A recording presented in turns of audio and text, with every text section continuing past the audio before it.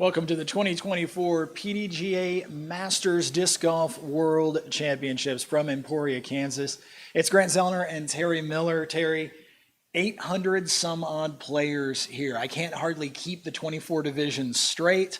They're at 7 different courses. This has already been a week of powerful momentum, and we're not even halfway through it yet as we sit.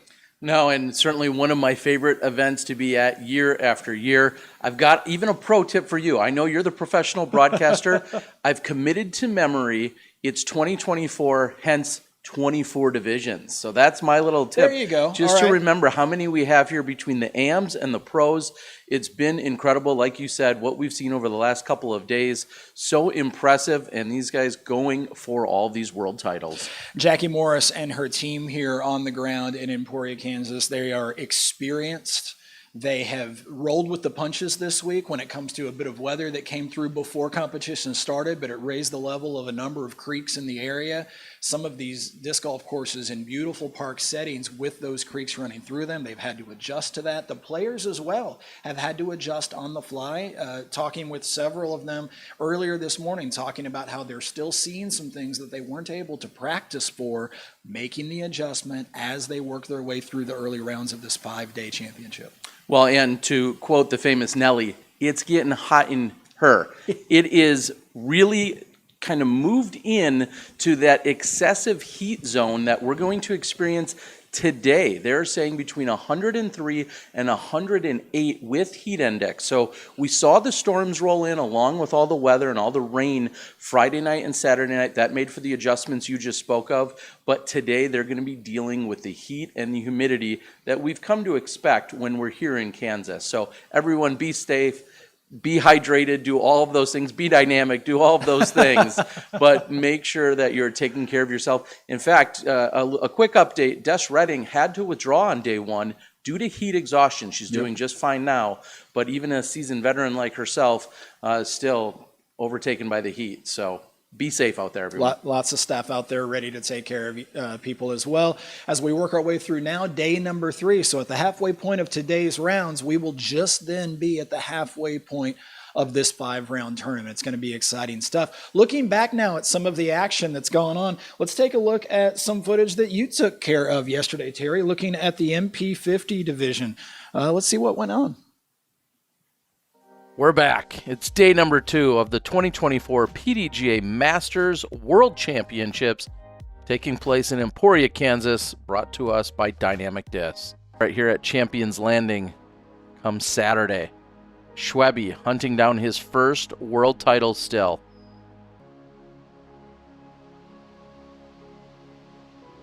Tee of 18. Good positioning for Schwebe.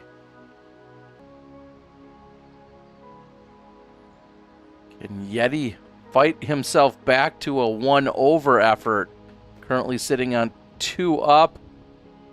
He yells to me, asks me if that's in bounds, and I give him the safe symbol. Normally don't like to get involved when it comes to our rules calls. But that one I was pretty comfortable with, and he was asking, so I figured I'd give him the good news. So smooth. Sergio.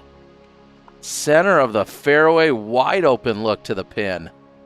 Looking to close out strong, secure himself a spot on the lead card, heading into the 3rd round.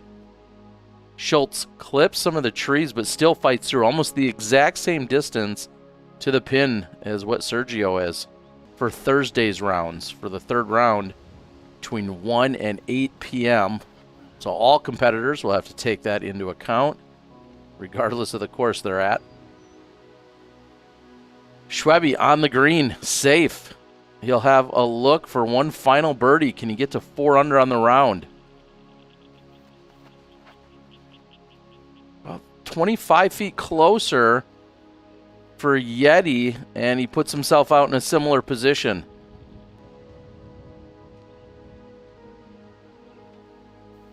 Big moment.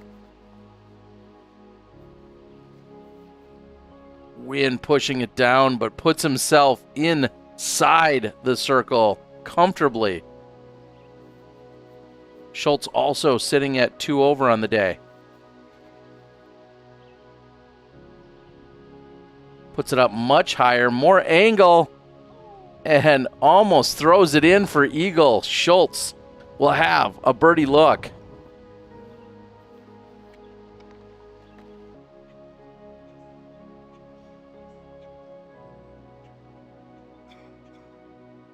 Not enough height for Yeti.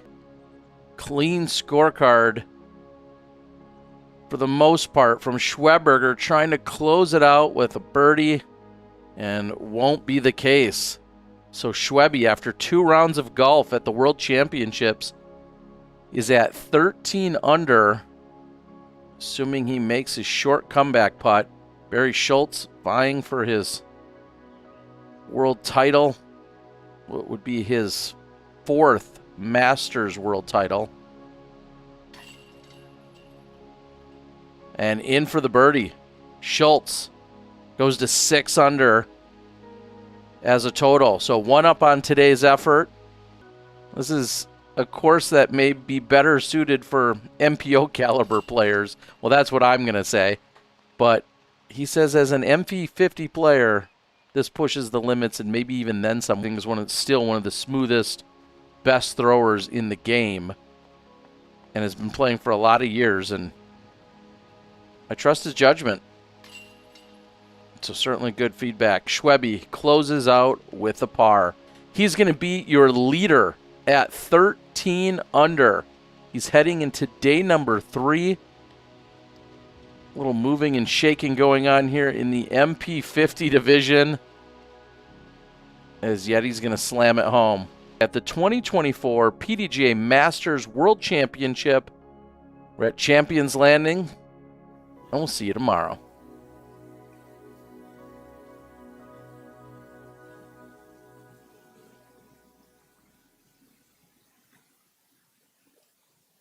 Terry, in the MP50 division, looks like it's shaping up to be a very competitive division. We can see that even in the early going.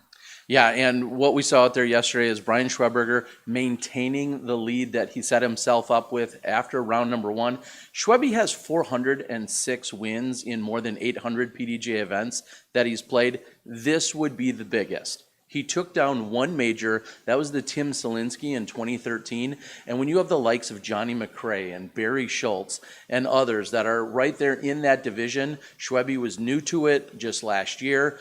He's still looking for his biggest win. A big shout out to Sergio Celis. He's right there on the lead card. Maybe one of the few names that's not a household name, but clearly doing great work out here this weekend. And real quick, I just want to say that Johnny McRae, who's won his first Masters World Championship right here on this course back in 2016, he started out yesterday's round at Champions Landing 7 for 8.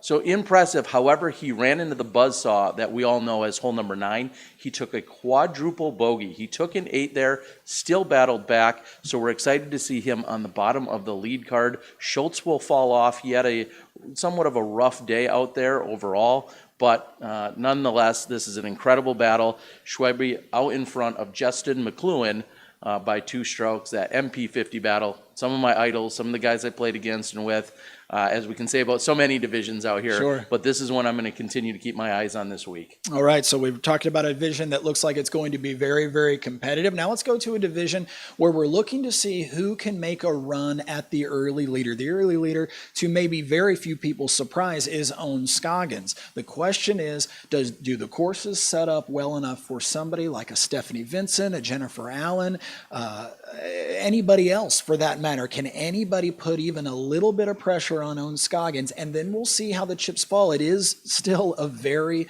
long week. Let's look at how things have unfolded thus far in the FP40 division. Yeah, what's up? What's up, everyone? Hey, do just like this, I'm feeling good.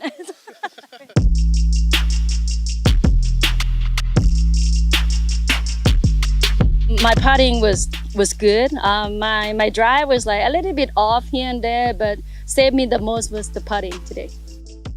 For me, it doesn't change anything because I don't have Chen to practice. I just have Chen to come and practice yesterday, and I played probably like 4 or 5 holes blind. So for me, it's nothing different. So because I arrived here on Monday, so I don't have even Chen. So it doesn't matter The flooding, it doesn't change my game anything. I'm very aggressive player, so I just gotta go with my game, no laying up or nothing, and I just treat myself. I don't need to play safe out here. I just want to play aggressive, and if it's not too dangerous, I just gonna putting. I don't come here for laying up. You know what I'm saying? Like I'm not coming here and then when I have the lead and I don't thinking like, oh, I need to play safe. No, I'm not play that way. I just gonna play aggressive. Like I try to catch the first place. You know, so just gonna play aggressive. Yeah.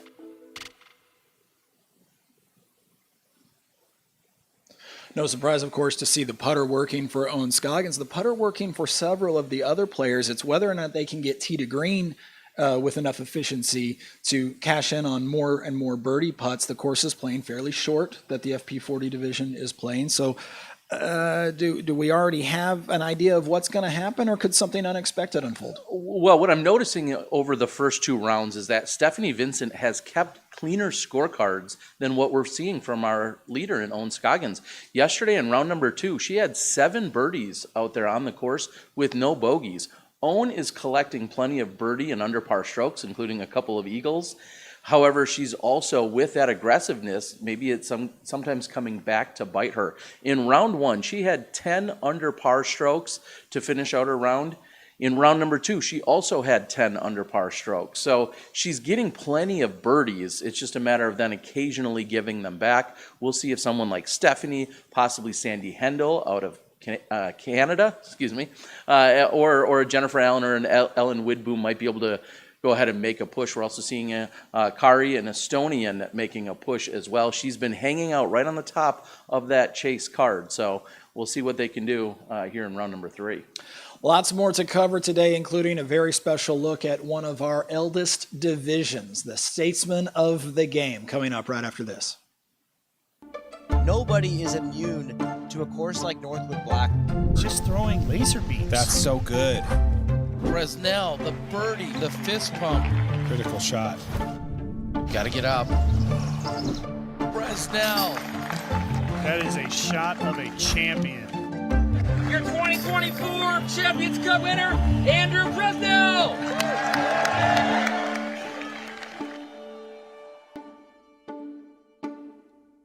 The dynamic disc jury. Man, this thing's good. I love using it for my putter up shots or even just throwing it off the tee too. Real nice. I like spinning it for deep circle 2 putts as well. When the wind comes out, whether it's putting or throwing, it's just very reliable and I can trust it. And you know, it's even pretty solid for some little forehand turnover shots too. This thing's money. As soon as I got it, immediately made the bag. You should definitely try one out too, and you can find one at dynamicdisc.com. Welcome back to the midweek wrap. It's not a wrap-up show. It's not really a tee-up show either. It's the middle of the week. We're just trying to cover what has happened and what could be coming your way as things unfold here at Masters Worlds in 2024 from Emporia, Kansas. We want to take a look now at a very special group, a group that we highlighted last year on one of our shows. Terry, you and I sat right here and we spoke with Carlos Rigby in the MP80 division. Last year, he told us about how he had to sort of create his own division in order to have some mates to play with out there in Flagstaff. Here, a similar setup, a small division, a group of men that enjoy each other's company perhaps just as much as they enjoy the game. Yeah, and watching legends of the game, Jack Gilmore, who hails out of Iowa, so not too far from us here in Kansas. And then also seeing Pete May. Pete May is a world champion table tennis player, and I know he wants to become a world champion pickleball player. Okay. Clearly, you can see the crossover there, but when he's taking a break from those or running rodeos or all the other things that he does, he then steps onto the course and can pick up a world title. Right now, he's vying for one this weekend. Caught up with them yesterday during the action. Let's take a look now. Ask me anything you want to. I ain't scared.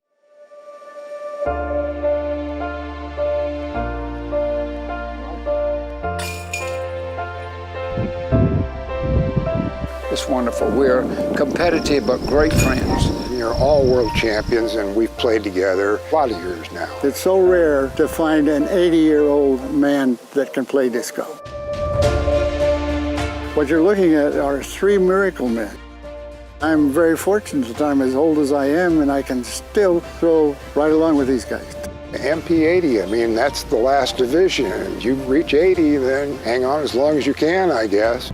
I come for the people, not for the game. I used to come for the game. I come now to see my great friends. Call us Rigby on the tee. It is important to have a master's level so people just continue on over a long period of time. My doctor has told me many times, he said, if you didn't play disc golf, you'd be a diabetic.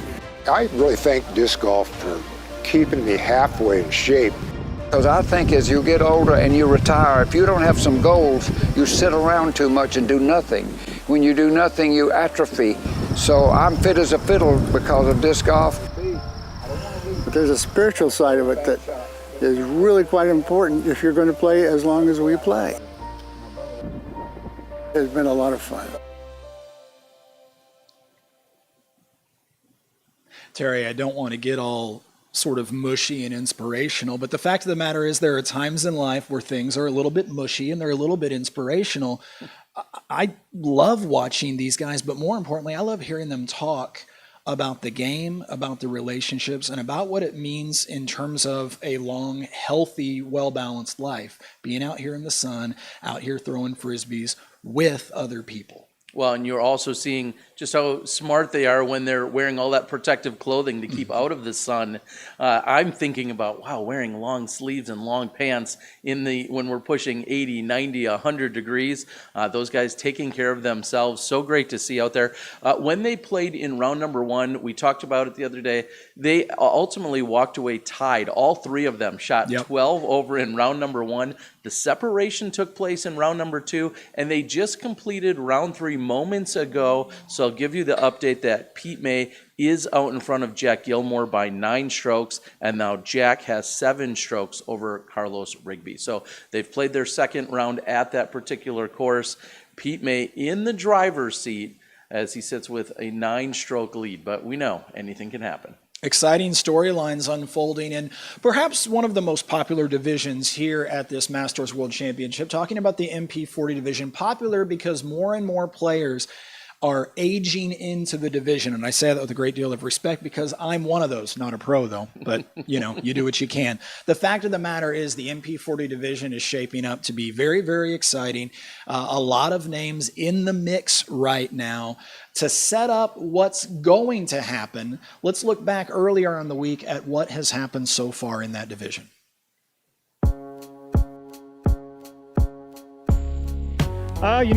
Mission accomplished. I just wanted to smile. I didn't think about score the whole time. I just having fun with Eric and Dave and, hanging out. I feel like that's the mindset I want to be in the rest of the week. There's no pressure, and it turns out I shot really great. Yeah, we had a headwind, and I was like, well, I'm not really going to get an eagle here, and I ended up under the tree, and I couldn't even get a backhand little spinner at it, so I just threw a forehand. Try to give it a run just in case it goes in, and it just hooked up and fell right in. So I couldn't believe it went in. Got lucky. This is as good as I can possibly feel. I'm so happy with the score, but I'm more happy with just what a great day. So practice rounds, I've been shooting average 8 to 9. I never could crack that double digit. So doing it in the fashion that I did it here, I'm pretty stoked actually. Started out pretty decent, got the first hole, had a great drive on the second hole and just couldn't get up and down for the birdie. Picked it up towards the end and I think I got the last 4 holes. I got 15 through 18, which is, it's not an easy task on most of those holes. Take a page out of Ted Lasso and just say, hey, believe, that's it, just believe.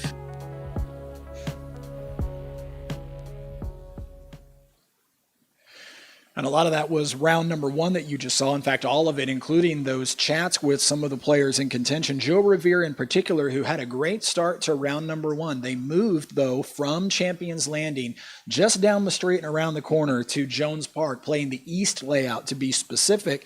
And things tightened up quite a bit yesterday there at the top in the MP40 division.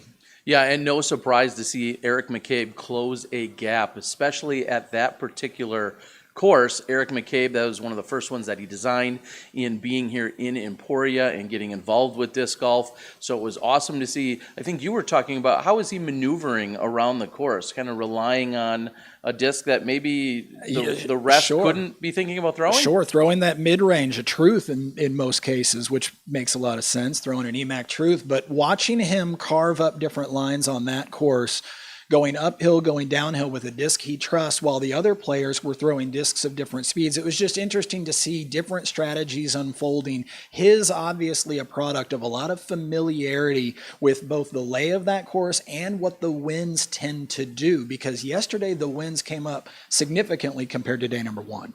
Well, and so what he ultimately did is took a 4-stroke deficit from day one, carved that down to just a single stroke deficit going into day number 3. So our lead card, very exciting to see that. We're going to have Joe Revere, who's going for his 3rd world title in a row. He knows what he's doing out there, and it appears that he's feeling good, but he is your leader by 1 over Eric McCabe. And for a moment, I want to talk about Mika.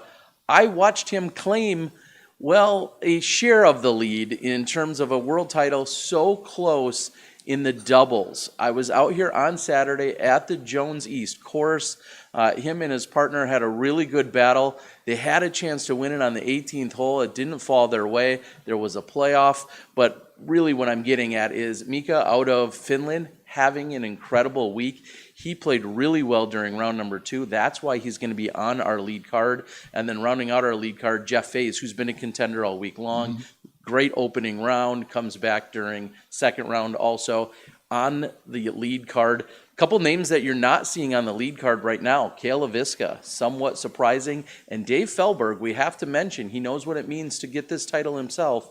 Dave Felberg fell off the pace considerably yesterday. I believe he's in a tie for 13th place, so he's going to have to get something going right now. We'll take a quick look at the top of most of the other divisions right after this. We're through 54 holes. It is going to be an exciting championship Sunday. Evelina with what might have been the single best drive in the division. Evelina has been so good at throwing those direct lines. 2024 PDGA Champions Cup presented by Bushnell winner, Evelina Zellner.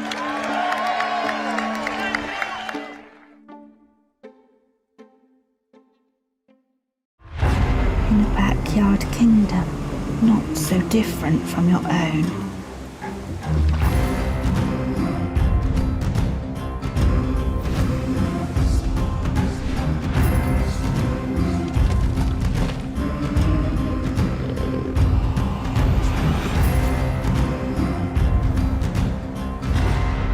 A prince of southern royalty was born of the plastic stone. Well, we've got things to do, rounds to cover, divisions to follow all over the Emporia, Kansas area, and we need to get to it. But before we do, we want to leave you with a picture of what things look like as we approach the halfway mark here at the 2024 edition of Masters Worlds. There you see it, the MP40 division. We just mentioned all 4 of those players at the top. MP50 we've also talked about. MP55, interesting stuff unfolding there with Simon Feasey out in front. Yeah, the Kiwi doing work. He shot a 10-16 and a 10-32 rated round so far. He's going to be really tough to beat if he keeps doing that.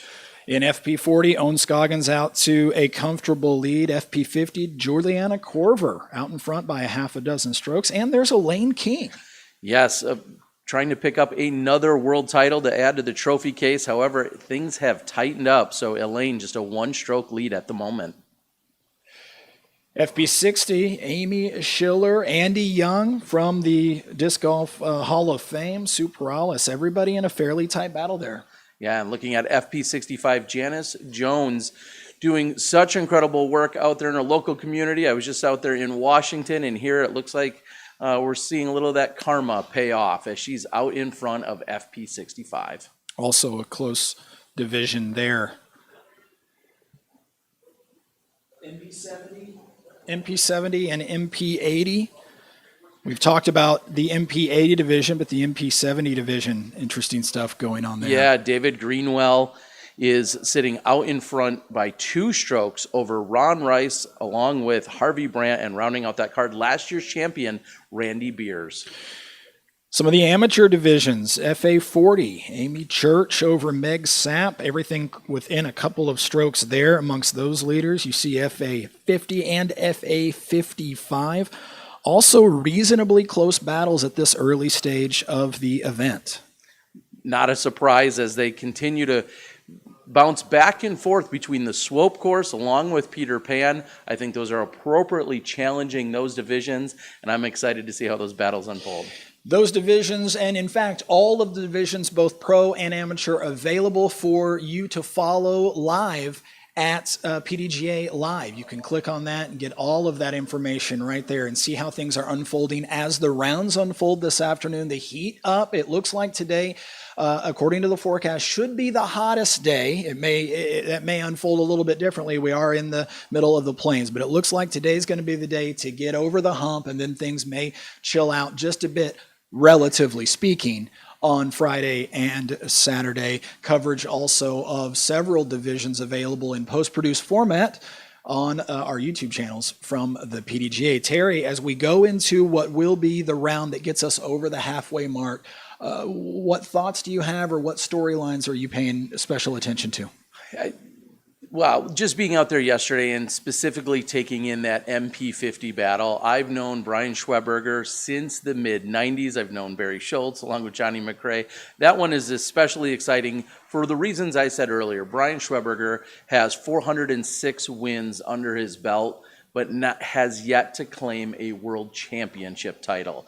Barry Schultz, along with Johnny McRae and some of those other, they have some of those, maybe even a handful in their pocket. Schwebby looking for the biggest win of his career. And you can't discount, like you said, that MP40 battle when you have the likes of Joe Revere and people like Dave Felberg and Cale LaVisca all right there. There's action everywhere. That's the best part. And you can literally just drive down the road. You'll run into another course here in Emporia, and somebody's playing for a world title almost at every turn in this city. I love it. I want to make sure I mention additional coverage of some of what's going on available on your channel. So you'll be out hoofing it as we speak with the cameras and everything else on your back. So you stay hydrated and everything like that yourself today. That goes for everybody involved, whether they're playing or spectating. And for that matter, wherever you're watching from home, it's probably hot there too. So everybody pay attention to all of that and enjoy the coverage as we jump over the halfway mark here at the 2024 edition of the Professional Disc Golf Association's Masters